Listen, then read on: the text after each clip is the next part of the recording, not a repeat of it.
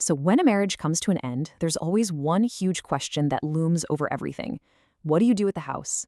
How do you split your biggest shared asset fairly, especially when emotions are running high? Well, there's actually a formal process for this, and it's designed to give you a clear, unbiased answer. So let's break down exactly what a divorce appraisal is, step by step, and give you a clear roadmap. Okay, so here's our game plan. We're going to start with the big problem, how to divide the house. Then we'll talk about the solution, the appraisal itself. After that, we'll walk through how the whole thing actually works and what that final number means for your finances. We'll even cover what to do if you don't agree with the value, and of course, who ends up footing the bill for all this. All right, let's dive right into the heart of the matter, the fundamental challenge that pretty much every divorcing couple with a home has to figure out. This is the question, isn't it? It's right at the center of so many negotiations. Because we're not just talking about bricks and mortar, we're talking about a huge financial asset that's also packed with memories and emotions. So, how in the world do you turn all of that into a single number that both of you can agree is fair? Well, to do that, you really need an independent answer. And that's where the solution comes in. The whole idea is to bring in a neutral, third-party expert whose only job is to figure out a clear, objective value. That number then becomes the foundation for a fair settlement for everyone. So here's the key thing to remember.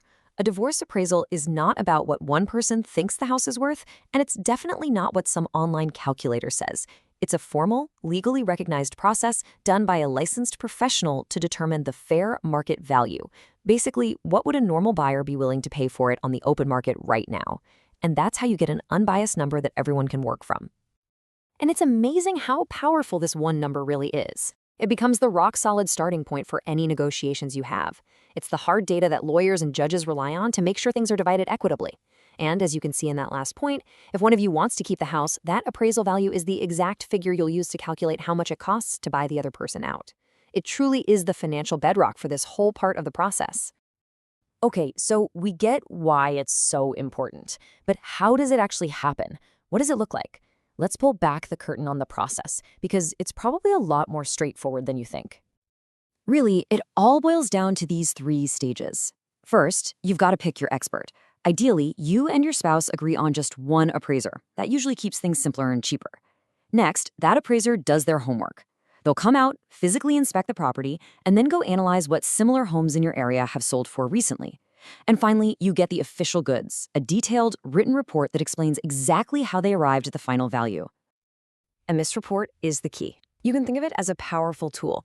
It's perfect for settling things calmly during mediation, but it's also built to be solid enough to be presented as official evidence in court if you just can't reach an agreement. It's designed to work in both scenarios. So you've got the report, you've got the number, but what does that valuation actually mean for your bottom line? Let's connect the dots and look at the real financial impact. This is where it all comes together. It's actually a pretty simple formula. The appraisal gives you that big number, the market value. Then you just subtract whatever's left on the mortgage. And what's left over? That's the home's equity. That is the marital asset, the shared wealth, that ultimately gets divided between the two of you. So a higher appraisal means there's more equity to split. So once you have that magic equity number, you're usually looking at one of 2 main paths. Over on the left, you've got the option where one spouse keeps the house. To do that, they have to buy out the other person's share of the equity. That might mean refinancing the mortgage or maybe trading other assets. And on the right, you have the other very common route. You just sell the house and split the cash profits from the sale. But what happens if you get that report, you look at the number, and you just have this gut feeling that it's wrong? Even with a professional opinion, disagreements can definitely happen. But the good news is you're not stuck. You have options. And listen, this is a totally normal concern. A lot of people feel this way. But you're not just stuck with a number you don't believe in. The process actually has ways built right in to challenge or double-check the results. Okay, so think of this as your step-by-step playbook for when you disagree. You can start with the easiest step. Just ask the original appraiser for a review.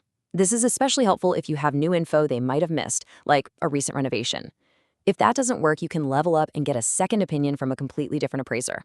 And if you're still at a standstill, then you move on to mediation, or ultimately, you can ask a judge to make the call. They might look at both reports or even bring in a third appraiser to be the tiebreaker.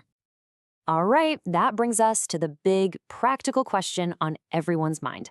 Who actually has to pay for this professional service?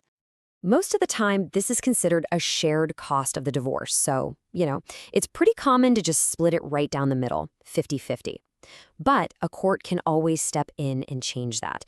For example, if there's a really big difference in income between the two of you, a judge might order the higher earning spouse to cover more of the cost, or maybe even the whole thing.